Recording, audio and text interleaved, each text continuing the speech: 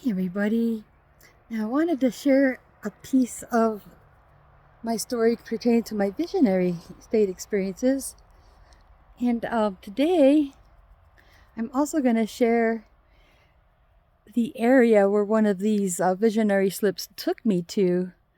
Now up until this point I made a long series of videos I put in my playlist called the JodyVision, specifically for this type of subject matter, anything weird and unusual in my life or anything to do with my art and music life. But I might also put this one in the Jody journey as well, because I like to share where I go and the stuff I like to do. And something I did differently today is I stopped at a trailhead for Dancing Bear Trail. Okay, so Dancing Bear Trail. I was just at Yellow Bay at the beach there, and I just did a video as well that I'm going to share in the Jody journey.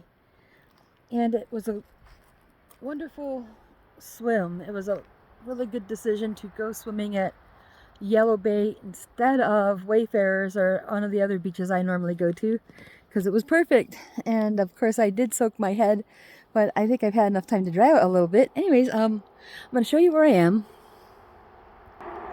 You see the lake through the trees. Now I wanted to start a video down at the beach, but I didn't think we had a very good view of the lake, so I thought I would do something different and try this trailhead for the first time. Now this is the first switchback, and I can just tell looking at that step there, this is a rugged trail, and I'm pretty sure that it goes all the way to the top of this mountain ridge. Now we are at the north end of the Mission Mountain, so it's not as steep up here as it is as you go south. That's where it gets really tall and pointy.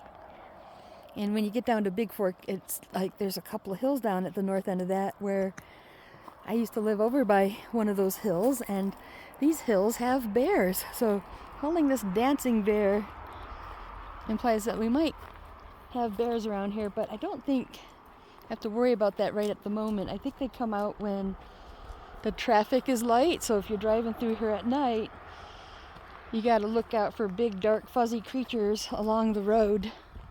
I saw one time because I used to come down here to go cherry picking when we lived in Big Fork. So anyways, so in the visionary state stories I've been sharing up to the point where, let me see, I put Roger Brockman. I think I have a video when Roger Brockman took me to Rosie's house. That's where in 2006 I was training with a guy. He taught Kuntausi lot at his house, in his basement, in his backyard. So and I trained with him about a year or so, and I went to a visionary slip with him where he brought me to Big Fork, and he showed me Rosie's house, and he took me up on a hill across from the high school, and he showed me Flathead Lake. And so I made a video about that. And at this point I really didn't think I was going to be having these visions anymore, or I had a feeling they might come back, but I was hoping I'd be able to catch on. So that's where it's kind of sneaky, is this had all happened without me really noticing it.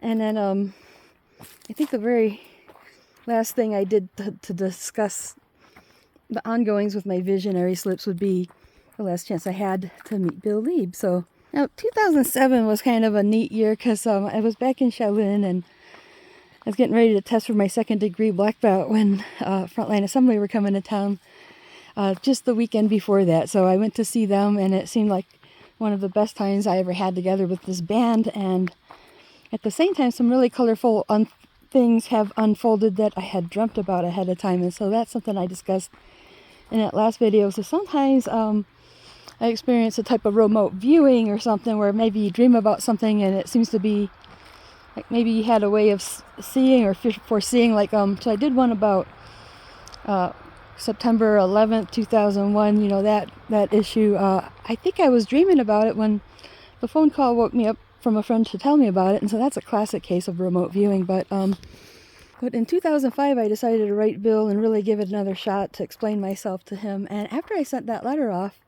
I was a little bit paranoid that he might have a girlfriend there who's gonna read that letter. And so funny thing is I had dreamt that I encountered this person at a gas station that wanted to fight me. And so I went to the show in 2007. I saw this person in the mosh pit, and this is the person who was trying to hurt me and ended up trying to, he actually did punch me in the head.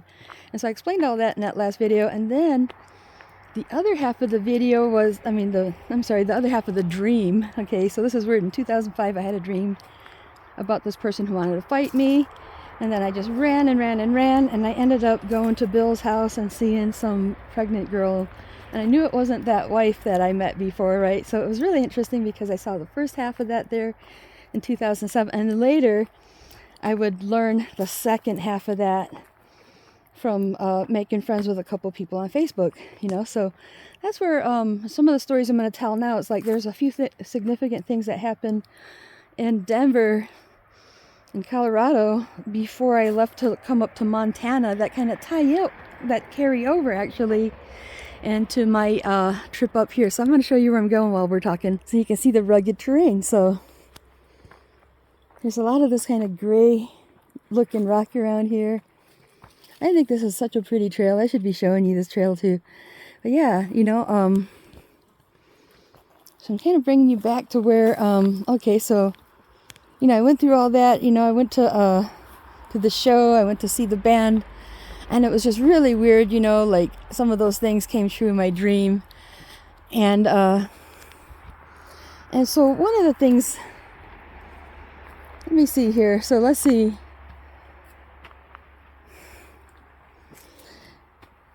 I went to see Bill Lee one last time. I think I even brought him a letter explaining that stuff too. So I think I wanted to mention that. I'm pretty sure I wrote another letter explaining kind of, because the letter I sent in 2005, I was trying to tell him like all the stuff from when I was like 6 up until like 2000. And in 2000, it all revealed itself when I did that one big time trip. That really, was when I was like, aha.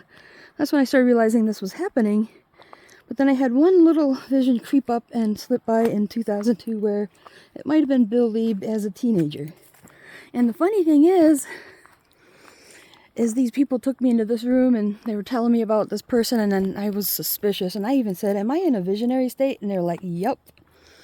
So I kind of had a feeling to ask. So it's funny because I kind of went and gone and I kind of forgot about it. And this is where like, I was almost thinking, maybe it'll never happen again, And so it was kind of happening right under my nose, but it seemed like things went really quiet for a while. I wrote that letter, had that dream.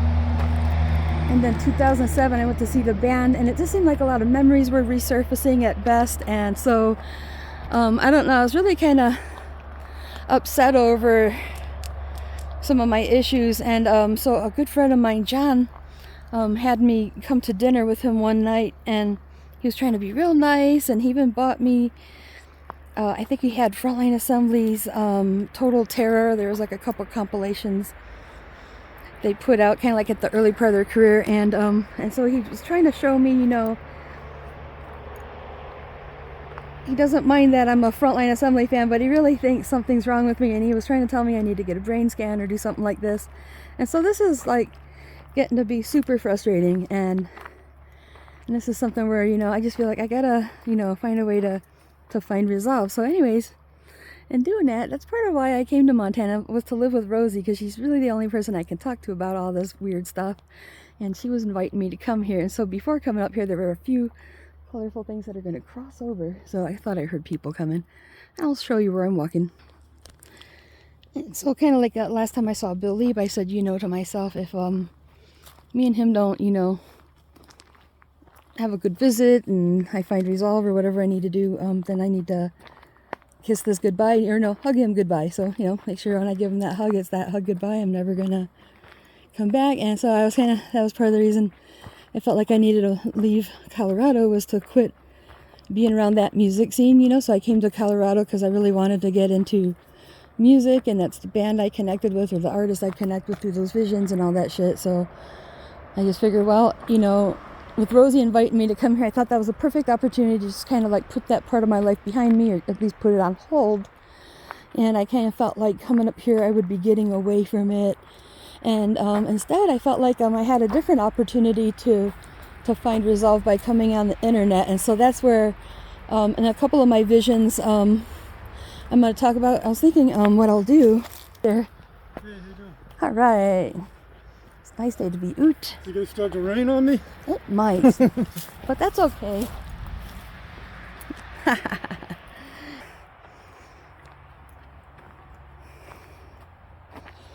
see, where was I?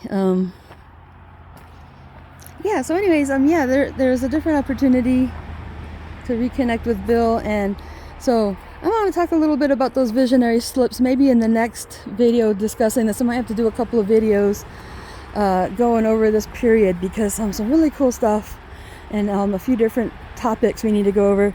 Now this looks really nice, a nice fresh cut. I would hate to be here when it fell, but it must have happened, you know, this season, because it smells pretty fresh. So whoever takes care of the trails, this is what they do for people to get on by, and I love that smell. Anyways, we're like right next to a fast-paced highway. I think it's like 50, maybe 45, 50 miles an hour right here. And so I'm sure if I hiked far enough up that hill, it'd seem even cooler. So there's some places I like to go that are easy to get to, but you are listening to all the traffic going by, so I need to get down there and be able to cross the street without getting run over. So, you know, I've been feeling frustrated with this whole visionary state thing, just because I feel like, you know, the people around me just think I'm crazy, and you know, I can't stop thinking about it and bitching about it. So anyways, that's kind of where I met up with my friend Elias. I'd known him off and on for a while, and he just happened to be getting into the whole, ooh, let me see. You guys, I just saw a snake slither by, but he was so fast, he was like gone in the grass before we know it. So, darn, I just witnessed a cool little snake. So this trail is like right up to the edge of this hill. Oh my goodness, I really got to watch my step going down this son of a gun. It's like right there, dude. Anyways, that's where we've been. And I was really hoping to get some good views of the lake up there, but you know, there certainly are a lot of trees in the way. And so anyways, there's some kind of a gathering down in Arizona, so I would say like spring of 2009. I got with Elias. I was living with Janet, and I think I don't know, I think I had been working at Applebee's, and I got fired from there, and so I had the opportunity to drive to Arizona with my friend Elias, and that's where I connected with the Native American people. Like, they had a big gathering, so I'm gonna see if I can get across this highway. It's gonna be hard to talk with the noise from this traffic. Actually, I think it kind of sucks, but I'll show you where I'm going while we're doing this. Alright, so really awesome up here. I think I'm just gonna pause a moment and show you where we are. Alright, so I hope I don't make this video too long, but I got this really steep part right here, like ooh, trying to take little baby steps getting down this part right here, and it will be down. Anyways, yeah, seems like every time I go to talk, another car comes by. Alright, looking good. Oh my god, it's so pretty right there. Pretty right there. Awesome, yeah. So I don't know, like, if that's where you're supposed to drive, maybe there's like a place to park at the bottom, but I didn't check that out yet. So nice. It's Arizona, and it was like Native American elders from around the world, actually. Like, there's mostly people from, you know, North America and South America, you know, but they're actually like indigenous people from other countries, so that's something I didn't know or realize. But you know, I guess every part of the world has gone through an indigenous phase, you know, and including white people in ways. That's why, you know, white people that are interested in going back to the roots are going back to stuff like paganism and stuff like that. And I can see how certain beliefs carry over from one system to another, and that's what amazes me, is that you know, pagan, that's like, you know, European, and the Native Americans, they're like, you know, totally in a whole nother world, you know, being in a different continent at those times, right? So anyways, so that was an education in itself, going into Arizona and then eventually going to South Dakota. So that's a story in itself that I have to make a separate video for. But you know, when I was down in Arizona, somebody told me this woman named Amelia Bentley is going to put me in touch with an old friend of mine, and then after we got back, my friend Janet was trying to tell me the same thing. This woman, Amelia Bentley, is going to put me in touch with an old friend of mine, And then after I moved to Big Fork and lived with Rosie for about a year, I went online, and that's where I came in contact with this woman. So that is another story in itself. But I figured since I'm down here just south of Woods Bay, a really colorful part of my story would be when so we were driving back from Arizona to Colorado, and I think we crossed like where the Four Corners are, and we were kind of going through the mountains. And I know we went through Pucosa Springs, I think, before we got there. So this is what blows my mind, is okay, as I'm driving down the highway, I have a visionary slip where I see Woods Bay, where somebody who I'm going to meet eventually was living at the time that we started hanging out. So I thought what I'm going to do different today is I'm going to tape this journey. So I'm down at Dancing Bear Trail here, and we are just north of where all the cherry orchards are on the east side of the Flathead. So, you know, people are always asking us, do you have any Flathead cherries where I work up at Huckland? And it's really sad, you know, by the way, June had so many freezing nights, the cherries didn't grow because it ruined the trees. So that's where I am, just north of where all the cherries grow in Yellow Bay, and just south of Woods Bay, where I would end up going and visiting with Ted, who I'm going to tell you about as we go along here. So let's see if I can get out on the highway nice and safely. Meanwhile, I also want to show you where we're going. And I thought, well, going south you get a really awesome view looking down the highway, but going north I can show you just outside the my driver's window here, so I can watch the road and just kind of hold the phone. And I'll be giving you, I'll be blind shooting, as I say, because I'm watching the highway. Hoo-ha! Right. So now I'll show you what's in front of me here, though. So I have a nice, beautiful curve, and then I'm gonna hand this off here. So, anyways, I'm gonna talk to you while we're driving. So we're driving through Colorado, and I go into Visionary State, and my friend Elias is the narrator. He's telling me what's going on here. He's telling me that we are about 5 minutes south of Big Fork, and that this is where an old friend of mine lives. And just as we're driving past this guy's place, he shows it to me, and then we come up on this gas station, and I think that's where I came out of Visionary State. It seemed that my battery died on my Walkman or something, and he told me something along the way, like, you know, hey, watch your speed, you don't want to get yourself a ticket, you know, like, and then you'll end up receiving a ticket a year later when you get to Montana or something. I don't know, he made a joke about, you know, but he was implying that this is where I'm going to be in a year. So spring of 2009, he was telling me about it, and then in reality, a year later, I was hanging out with Ted in this area. So anyways, I really wanted you guys to be able to see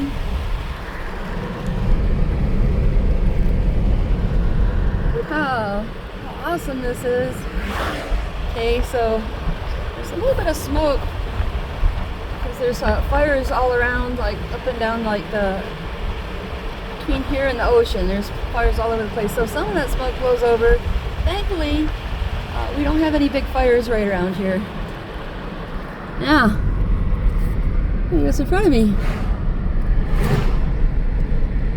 Right on, guys. This is so pretty here tonight. It was a very good day to come out. See that cliffy edge there? So looks like they had to blast some of that away to put the road here. So really steep. We're right down at the side of the Mission Mountain. So some of this, like, really steep right along the side here. So it's just a steep drop off.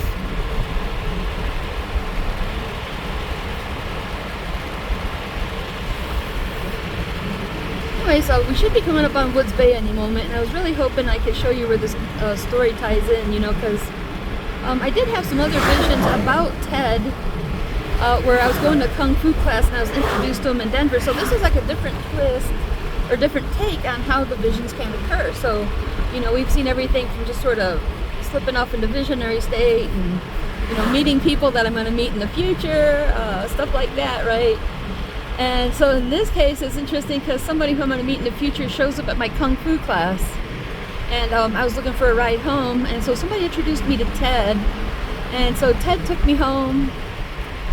and we had a good long chat, and he was telling me that he teaches tennis, and what he likes to do since he's a Shaolin student is he's got this old rattan staff that he uses. So he took a tennis ball and he cut it open so he could just stick the tennis ball on the end of that staff and hold it in the air to let the student practice the proper swinging techniques. Now,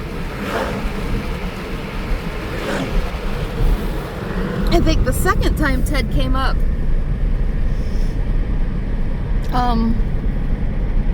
my friend said Ted left his notebook there, and it was a notebook full of notes from his Kempo training, and I didn't keep it, but I recognized it later. So so when I did meet Ted eventually, he had the same conversation with me, and he had that same notebook, and it turned out that he did have a green belt or a brown belt in another system of martial arts. So anyways, show you what's out my window. Now, when you get down here, there's a couple of bars. I just went to the one called the Raven right there, boom, and had a really good cheeseburger. And then there's one called the Sitting Duck. For fun, I like to call it the Shitting Duck. How. I'm so funny. Anyways, we're getting up there where I think we were. So this is where the visionary slip must have occurred, because this is where we get away from the lake, and it just looked like a piece of Colorado. So I'm trying to see if I can spot this place up here or not. So I'm kind of thinking somewhere up here I might see a place. Anyways, I'll show you out the window where we're going. I'm trying to figure out if it was like back in here. It could have been back in here. Somewhere along here, my friend Elias said, I've got an old friend, and I looked over here and there were some cabins, so this might have all changed. And then the next thing you see up here, I think, is really cool. It's like a teepee shaped house. Very ironic. And I think my visionary slip is going to end up here at this gas station, because when I get up to the gas station, I think the gas station looked different in reality than it did in here. So we stopped at a gas station after I saw Ted's place, and I don't think it was exactly that one. Anyways, it's really amazing that so I had that visionary slip while I was driving, and we pulled off to the gas station because it seemed like the batteries quit working, and he made a joke about how it makes your batteries quit working or kills your batteries when you time travel. And then we're about 5 minutes south of Big Fork. So anyways, after I moved to Big Fork, so I'll have to talk about when I did get here. 2010, it seemed like I was dealing with another funky phase where I was reliving and reconnecting with times that I had time traveled from. Like 1983, I had a vision where, I saw the future, like little Billy was showing me myself in 2010, like springtime, outside spinning my nunchucks, told me all about it. It's really cool. So I did a whole lecture on that. And then in 2006, Roger brought me to Big Fork. Well, and then this is the third one where coming up from Arizona to Denver, we're driving through the Rocky Mountains of Colorado. And when I had the visionary slip, it just seemed to blend right in, couldn't even tell the difference, right? So yeah, so after moving up here, I don't know, I just felt like I was getting some cross information, like maybe Bill Lieb is in the area, right? So I was looking around for Bill Lieb, and then I met this guy named Ted at the bar. Like I was just running in to pick up some food I ordered, and Rosie was waiting in her truck. And I see this guy standing there that reminds me of Bill Lieb a little bit. It almost looked like he was Bill Lieb wearing a wig. So just for good measure, I was just kind of curious. And I went up and I shook his hand and I said, I think I know you from somewhere, man. And so he introduced himself as Ted, and just as our eyes met, I swear I felt like I didn't see a blue spark so much, but it looked like his eyes were kind of self-luminescent, like they were just kind of lighting up. Now he does have, really pretty blue eyes, and Ted's a little bit older than me. So, can't think, what his age was at the time. I'm thinking, this is like 2010. He's probably like around 60 years old, right? And so I don't know, that puts me around 35, I think, 34 going on 35 that year. At any rate, funny 10 was kind of a quirky year, and that's when I met Ted. And so Ted was really important in the long run, you know. So it's the funny thing about meeting Ted is I was interested in talking to him because he seemed familiar to me. And then after we started hanging out, that's when, you know, we had that conversation. And it took me to his place. And it was just like what Elias showed me out the window, where, you know, you'd see his Jeep parked out in front of his little cabin, you know. And so anyways, it just seems like we're deep in the woods, even though we're just right off of the lake, you know, we're just in from the lake. So that's what I'm saying, you know, being in Colorado and having a visionary slip that I'm just, you know, going past Ted's house, you can't even tell the difference, you know. And then, so anyways, you know, me and Ted are hanging out, and it's like, I eventually told him, like, dude, you know, I think I remember you from Denver, man. So I had to run it by him and tell him, you know, man, I think I remember you from Denver. So anyways, you know, me and him got together, and it was kind of like, you know, I'd say we were seeing each other, you know. He didn't really become a boyfriend for me, but, like, you know, we were seeing each other. It means, you know, he was my sex partner a couple times, right? And it was good for me. I felt like I really needed to release that type of energy, you know. So I'm really glad we connected, and I felt like I really trusted Ted, man. I just felt like this is somebody I can trust, and I just knew it. And, you know, Ted likes to drink. In fact, you know, me and him took off in his little Jeep, and I know he had been drinking, but I just trusted him, and sure enough, he just seemed to really have great amount of control, and sure enough, he's a kung fu man, and since I learned so much about tennis from him, I'm like, wow, you know, he's kind of like a master, you know. So Ted's a really interesting guy, and I'm so glad I met him. And, you know, the reason I talked to Ted was because I remembered him from my visions. Now we're coming into Big Fork here. This is a good place to get a cheeseburger, nom nom nom, and pizza, by the way. And like over here, I think we passed it, the lake. That's where you go to Wafers. That's the place I usually go. I'm gonna take you to Big Fork and show you where I met Ted. Why the hell not? So why not? Let's do this. Hey, so do it nice and carefully. Now, normally I'd go down this way, but I think they're working on the bridge. They're rebuilding the bridge that I like to go jump off of. So, what I'd like to do is show you out the window what it looks like to be blind shooting. So, anyways, you know, it's just really, you know, I quit seeing Ted. It was just kind of like awkward, you know, especially after I told him my visionary stuff. I think it weirded him out, you know, and it's like me and him are two different people. Like, you know, he listens to blues, I listen to techno. He doesn't like techno at all, man. He's like, that sounds like video game music, man.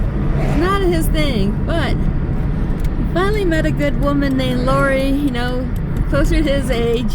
Now, as long as I've lived in Big Fork, I've always wanted to put a big fork right on this corner. I'm like, there's a nice blank spot. Let's put a big fork right here. People will drive for thousands of miles to get their picture taken next to it, right? So, right, that's where we would put it. We'd just put a nice big fork, like just lay it right there. I think everyone would love that. This is Big Fork. Now, you normally turn that way to go to our house where I lived with Rosie, but I'm going to take you downtown where I met Ted at that bar. But then once he met Lori, we like went and smoked some pot together, and so we went to smoke some pot together, and like we kind of reconnected, and she was like a cool chick, you know. Actually, they're from California, but like Ted's like a total Montana man, and so like when I introduced him to Rosie, you know, he really liked Rosie a lot, and so he started coming over a lot, you know, and so he was teaching us, or you know, he's getting Rosie to go with him on hunts, and you know, and he was able to harvest a nice doe and split it with Rosie on behalf that she comes over and helps you know, butcher it and package it and all that. So I'm going to show you right over here. Yeah, there were some people coming down, and so I wanted to show you the, damn it, I was going to show you the bay, and then there's people coming down. So now, hey there, maybe I'll show you another time. Anyways, there we are, the bay, boom, the bay. Anyways, this is, I was going to tell you, is where you come down the stairs. So I'm going to show you where, I'm trying to avoid these people up here, but anyways, I'm going to show you. This is where I used to come down the stairs, and I'd walk down here to go to work. Now, let me see, 2010, I think I was between jobs, so I was still kind of like, before I got this job down here. So like summer of 2010, I had to walk down here, and whoa, right on, man. This is the building I used to work at. So there was a t-shirt shop here. I think it was called Buffalo Creek, and there's a little coffee shop called That Coffee Shop. And so I had a part-time job at both places. So I would work here sometimes, maybe both places at one time. And then this is the bar. It's called the Beer Garden, I think. The Garden Bar. Oh, the Garden Bar. Sorry. Yeah. Anyways, this is where I met Ted. And now we would go down to this bridge. I'm not gonna go down there.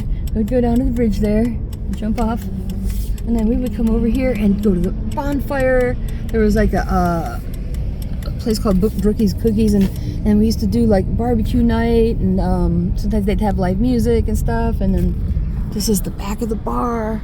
Holy shit, yeah. So, you know, anyways, getting to know Ted and Lori, I think really Ted helped give us more insight on the area. He turned out to be somebody that takes people like into the woods, you know. I forget what you call it, you know. He's like a packer, you know. He like takes people camping, you know. They go in like the Bob Marshall and stuff like that. So anyways, you know, it was just really cool meeting. You know, Ted turned out to be an old tripper. I think that's the thing, you know. He was a pot smoker and he was an old tripper. And then when I introduced him to Rosie, he connected, and Rosie told me years later that Ted actually wanted to marry her. It's like she didn't tell me for quite a while. And the funny thing is when I was going to see Ted, I felt like going to see him was very important. I even told Rosie, because she didn't want me to borrow her truck. I need to go see Ted. It's very important, and it's going to pay off in the long run. You know, it's like I told her, I think this is even going to pay off for you. I told her. There's the stairs. Now, this is where you go by driving. I'm going to show you where Rosie lived. I've taken you here before if you've watched my other videos, but if not, why not? We're going to do this again. Very interesting place. So super steep right here. Sometimes you can't even drive up this if it's icy. But yeah.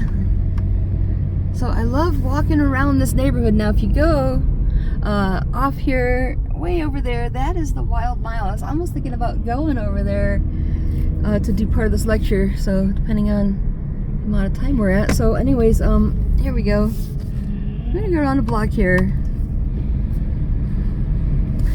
and show you the other side of that trail. So this is where when I would go to work from Rosie's, I would walk down the stairs right here. Totally cool, right? And then the deer like to run up this little piece of road and go down the hill. So they would march down the street, march through our yard, and so we lived right up here. Kind of cool, you know, second house in the middle. Now, it was like a different color when we lived here, but this is where Rosie lived at the time when I first came here. When I first came to Big Fork and all this was going down, so when I made friends with Ted, you know, he would come up from the bar and stop by the house, and sometimes he'd have some really good food because he was cooking over there, and so he'd bring us like smoked brisket and stuff like that. And then Ted would go up here to play tennis, and he would hang out with some of the big wigs in town because he was, you know, one of the top tennis players in the country and a tennis coach. People that had money liked hanging out with Ted, so sometimes I had to like leave Ted alone because he was hanging out with his rich friends, you know, like. But he was an intelligent guy. He kind of like fit in with those type of people, and then turn around and come over and fit in with people like me and Rosie. So he's cool. So anyways, I really wanted to talk about this leg of my journey, you know, because this is where, you know, okay, so in my early visions I was talking about how 1982, that's when I first was introduced to Rosie, Howard, and Billy, the visionary state. But then later on, just when I thought all this visionary stuff wasn't gonna happen anymore, I was being introduced to Ted in the visionary state. So in 2009, it must have been April. It was like after we made that trip to Arizona, which I'm gonna talk about in another video. But that's where I had the visionary slip. We're on our way back from Arizona, Colorado, I don't know. I should show you this part. Yeah, maybe get up there a little bit. Anyways, I'm going up the Wild Mile here, the Wild Mile Trail. This is also bear country. Sometimes the bears that come down this hill to get to this water. Anyways, that visionary slip happened in 2009 on my way from Arizona to Colorado, where we were driving past Ted's house, but then I was going back to Kung Fu class and I was introduced to Ted, and after he gave me a ride home, we had a conversation that we relived, but up at his house. Had the same conversation over at his house. And the second time Ted was mentioned to me in Visionary State, I was at Kung Fu class, and my one of my classmates, I think it was Joe Lowe both times. This is a funny reason. I'll just mention that he was the one. And he pointed out that Ted left his notebook, and I was supposed to take it, and I wasn't interested. But I took a look at it, and it was the same book that Ted had in reality. You know, I told Ted all about that.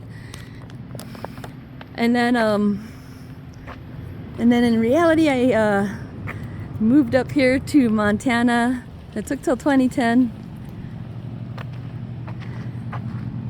And then just by going to that bar, I met Ted. And so the magical thing there is that the reason I introduced myself to Ted was because I remembered him from Visionary State, and so we had a good friendship with him during the rest of our time in Big Fork, you know, and like we were there till like the end of 2012 and into 2013, and we would go over to Lori's house. So I was going to say she lived over that way in this really cool little red house, and we had a lot of fun together. So it was something where, you know, because I recognized him from the Visionary State and I felt inclined to introduce myself to Ted. And it's funny, you know, like somehow I felt like they were trying to confuse me by like I don't know, like my friend John said something like Bill's name is Ted Paulson or something. So I was like, why are they trying to make me think Ted is Bill? But there are some commonality. So maybe meeting Ted, maybe it's a good friend to have to help me understand Bill later. I don't know. Maybe there's some commonality there.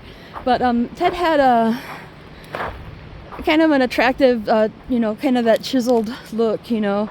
And I think maybe that's something I showed his girlfriend Lori a picture of Bill, and I told her a little bit about my crazy story, and she said, oh yeah, I could see that, you know, he's kind of got that chiseled face and all that. Anyways, let me show you where I am. So I've been a little pissed off, like all this weird stuff has been so frustrating to me. Part of the reason I went to Montana was to get away from Colorado and get away from the music scene and da-da-da-da-da. And you know, and by coming up here, I ended up someplace where I kind of feel like I don't have the same benefit living in like Colorado or any place else I've lived, you know, like because just showing you that lake, and now there's this so this is part of the Swan River. This is what they call the Wild Mile. So people come on this on their kayaks and stuff. Now, I wouldn't want to go swimming in that sucker, boy. But yeah, like check out this rock wall. Like if you like climbing, you just come right down here and climb this rock wall. So well, this is a nice trail to take a hike on. Anyways, I thought I'd sit down and wrap it up here because I thought it would be cool to show you a stretch of the highway that I think is beautiful. Someplace I've never been hiking at that trail before, so I thought that was cool. I kind of was sort of investigating it for the first time, but I didn't go very far. That looks like quite a leg workout actually, so I don't know if I'm ready for that. But at any rate, I was just saying, you know, I've expressed a lot of frustration about sort of being stuck here in Montana because, you know, the visions kind of alienate me from my friends, and Rosie's like really the only person I could talk to.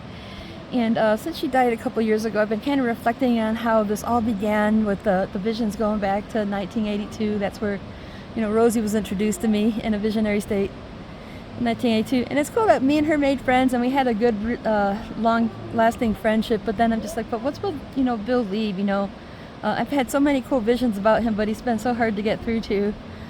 And then there's Ted, you know. So I meet Ted in 2009, and so it was kind of gratifying to be able to see him and want to meet him. I even got to do it with him, and then, you know, I had a good friendship with Ted. It was, you know, it became more of a friendship between him and Rosie, so it was really well done. And by meeting Ted, we discovered the Gold Prospectors Club, and by going to the Gold Prospectors Club, we met Gary, and by meeting Gary, that's how me and Rosie ended up moving into this little house I'm staying in right now. So, you know, it's all kind of bringing things full circle when I look back at, you know, how the visions brought me here and what it's giving me, because I've been thinking about going back to Colorado, and yes, it has a lot of beautiful places, but they're not within an hour's drive from where you live. If you're living right down in Denver, within an hour's drive I can be here.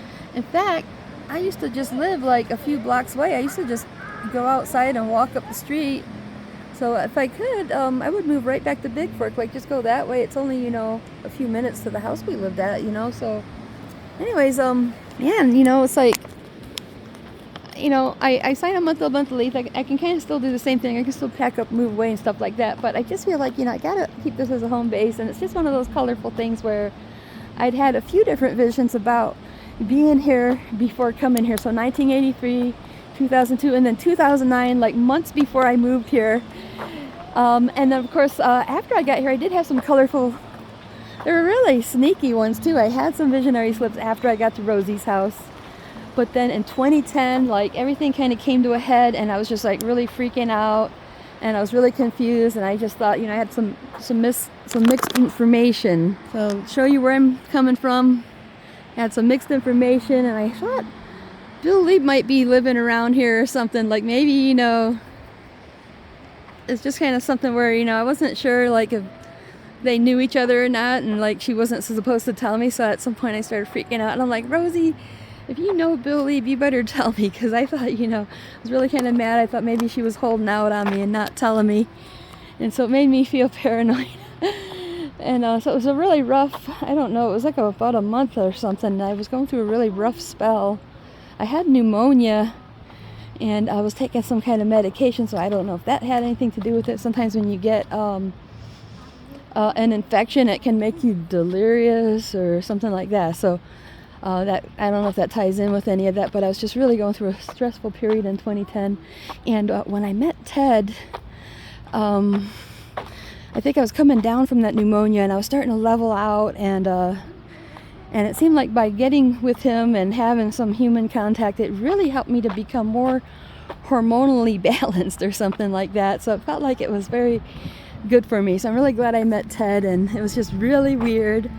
But again, I just think it's a small miracle in my life, because, I remembered him from a vision. I introduced myself to him. So, but once we moved away, we just didn't bother to stay in touch. I think it was more of a convenient to hang out with us while we lived in Big Fork, but it seemed like once we moved away to Martin City, we lost contact with Ted. So anyway, I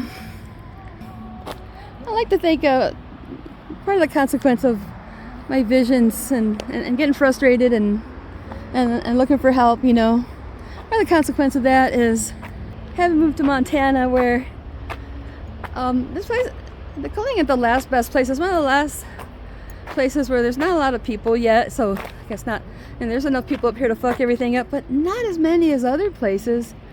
So there's still a lot of land left. At any rate, I would say this has been the leg of my story, where I went to Visionary Slip to meet Ted Paulson, and it turned out to be very awesome. So anyways, I wanted to show you where it brought me. I just think, as much as I complain, I feel like after Rosie died, I just felt like, great, now I'm stranded here with no friends, which I really don't hang out with very many people. Not very often. And I'm just going to say, moving up here is paying off. I'm really happy I came up here, and since everything's working out, I got stable work, I got a stable place to rent, I don't mind it for now. I think, I'm going to be here through the winter, more than likely. There's some live music downtown here. And so I really want to make this my home base, but this is just one of those places where I wouldn't have gone if it wasn't for Rosie, and I wouldn't have the urge to move up here as much if I didn't feel frustrated, and with her being, she's kind of a clairvoyant person, and Rosie's got a lot of experience with like weird stuff, like, her subject matter is UFOs and extraterrestrial contact. And I tell you guys, I've been going to Visionary State, and people are being introduced to me, and information's being given to me, and not only that, but I'm also being shown places that I've never been, and I'm shown places in the future as well. So this is really, just another take on how the Visionary State works. But when I'm going to Visionary State, it's akin to Rosie's subject matter, which is extraterrestrial contact. So, if you're going to a visionary state or, that type of thing, it's really hard to say where these beings are from. So they're just as good as extraterrestrials to me. So, so anyways, where we were living, that's called Electric Avenue. And one of my favorite 80s radio hits would be, "We're gonna rock on to Electric Avenue, gonna take you higher." Oh yeah, so we went to Electric Avenue. I've definitely had some colorful experiences. Yeah, not much to see here, folks. So lots of trees, lots of trees, lots of trees. But then, as you're coming down this hill, you can just see the lake. So this is the way back down to Electric Avenue. So we would technically rock onto Electric Avenue if we kept going this way, right? You betcha. So anyways, I've been really looking forward to sharing this part of my story, but I have to come back and talk about those last few years in Denver just a couple more times because, let me see, so from the trip to Arizona, I made connection with the Indians, and then I ended up going to Pine Ridge. And so that's like a whole lecture in itself. I can't wait to talk about when I went to Pine Ridge. And I'm just thinking, when I came back from Pine Ridge, my friend Janet kicked me out.